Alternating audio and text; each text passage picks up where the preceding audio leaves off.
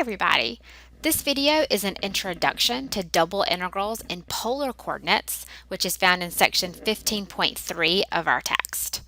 We'll start with a quick review of polar coordinates. Recall that a point in polar coordinates is represented by an ordered pair r theta, where r represents the distance from the point to the origin, and theta represents the angle made between the line segment from the origin to the point P and the x-axis.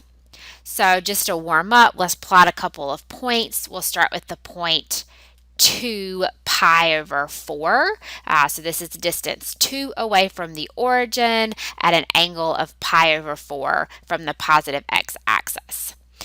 Here's the point 3, 5 pi over 6, and the point 4, pi over 2. Recall that if r is a negative value, then you're going to shoot in the opposite direction. So if in orange, we have the point 4 pi over 2, and so the point negative 4 pi over 2 lives on the same line through the origin, and the same distance from the origin, but on opposite sides of the origin. Okay, now if our point r theta is also thought of as the point xy, then this gives us some relationships between our polar coordinates, our r thetas, and our Cartesian coordinates, our x's and y's.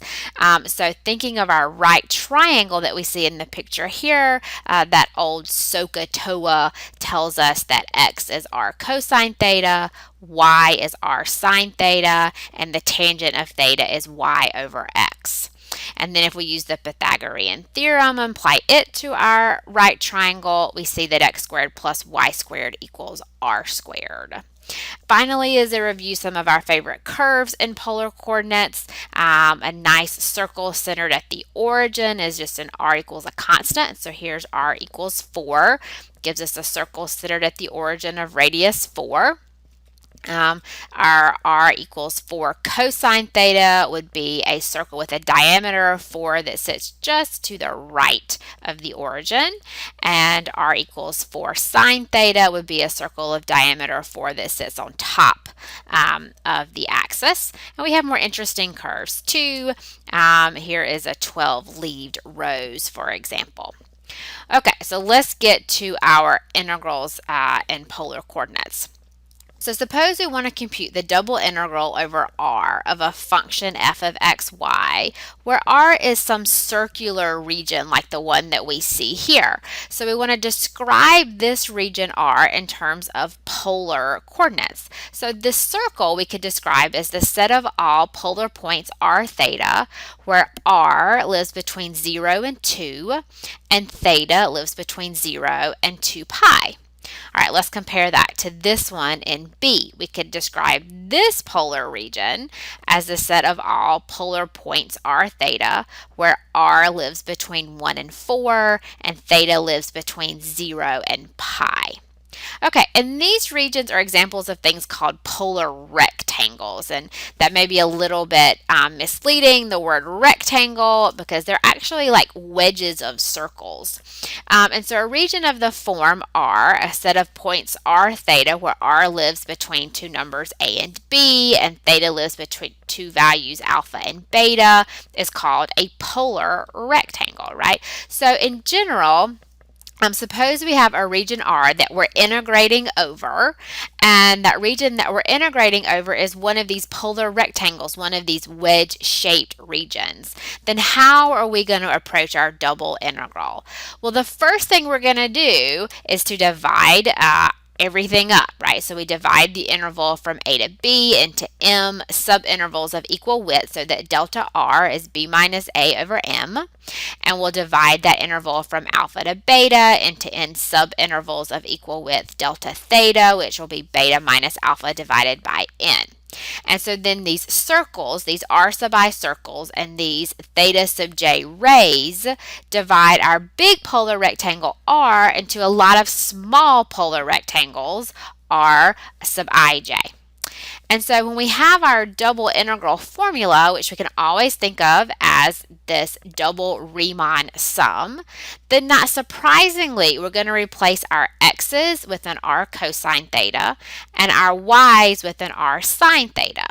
So the only thing we really need to figure out is what to do with that delta A. What are we going to do with that piece of the equation? So the center of these polar subrectangles has polar coordinates r sub I star and theta sub j star that you see here. And we're going to compute the area of one of these little bitty polar rectangles, one of these r sub ij's, using the fact that the area of a sector of a circle with radius r and central angle delta theta is found by area equals pi r squared times delta theta over 2 pi.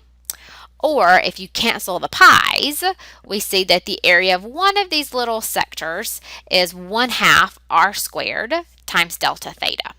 So using that formula for the area, as well as our formulas for the center of these little polar rectangles, we see that if we want the change in the area, we're going to subtract. So 1/2 r sub I squared delta theta minus 1/2 r sub I minus 1 squared delta theta.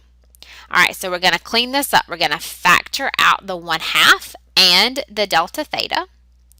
And then because we have a difference of squares, we can factor that middle piece into an r sub I plus r sub I minus 1 times r sub I minus r sub I minus 1.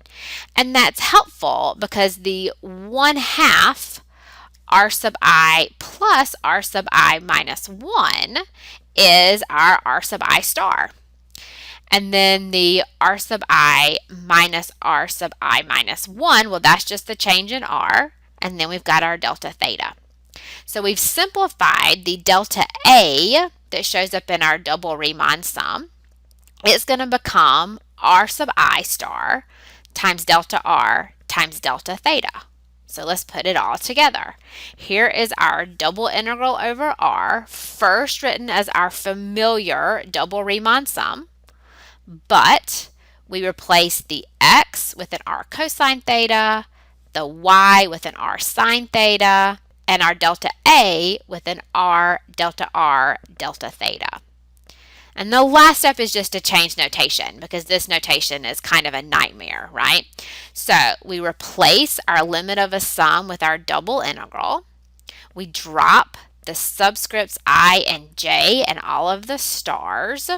So we just have f of r cosine theta, r sine theta times r. And then instead of our delta r delta theta, we write a dr d theta. So the big takeaway here, the thing to keep in mind is that when computing a double integral in polar coordinates, don't forget that it's an r dr d theta. Great. Let's do a couple of examples to see this in action. So let's first evaluate the double integral over r of x plus y, where r is the region that lies to the left of the y-axis between the circles x squared plus y squared equals 1 and x squared plus y squared equals 4. So we'll start by sketching the region r. Here it is. So between the circles, x squared plus y squared equals 1 and x squared plus y squared equals 4, and then to the left of the y-axis. So as a polar region, we can think of this region R as the set of polar points where R lives between 1 and 2, and theta lives between pi over 2 and 3 pi over 2. So then our double integral over R of x plus y will be the integral that we have here. Notice that theta lives between pi over 2 and 3 pi over 2. R lives between 1 and 2.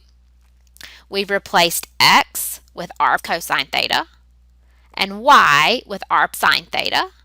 And then always with these polar integrals, we have an r dr d theta. All right, let's go to a clean slide to evaluate. So we're going to integrate first with respect to r. So we factor the r out. So we have an r squared. And then integrate with respect to r. That will give us an integral of 1/3 r cubed times a cosine theta plus sine theta that just tags along. We've got to evaluate r from 1 to 2. So when we plug in 2, we'll get 8/3 minus a 1/3, so a 7/3 times our integral of cosine theta plus sine theta. So we integrate with respect to theta, and we get 7/3 times sine theta minus cosine theta, evaluated for theta from pi over 2 to 3 pi over 2. So we evaluate at our bounds and get as our final answer a negative 14/3. Great, let's do one more. Let's find the volume of the solid above the xy plane and below the paraboloid z equals 18 minus 2x squared minus 2y squared. All right, so let's start by visualizing our surface and our region R. So here is our paraboloid. And notice that the xy plane, of course, corresponds to z equals 0. So if we let z equal 0, our equation of our paraboloid can be rewritten as 2x squared plus 2y squared equals 18, or x squared plus y squared equals 9.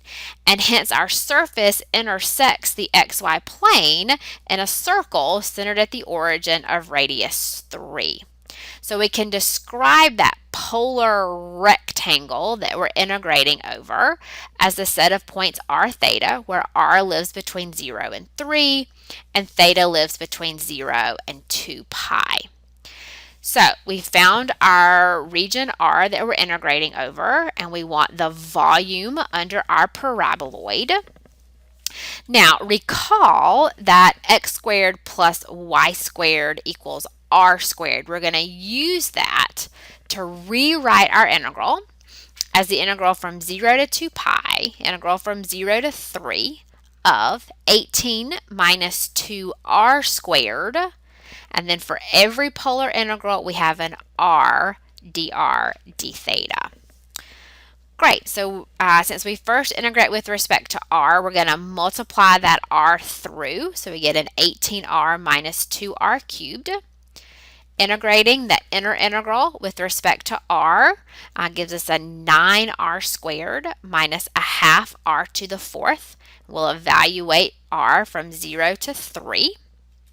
So we're left with the integral of 81 minus 81 halves, which is, of course, 81 halves.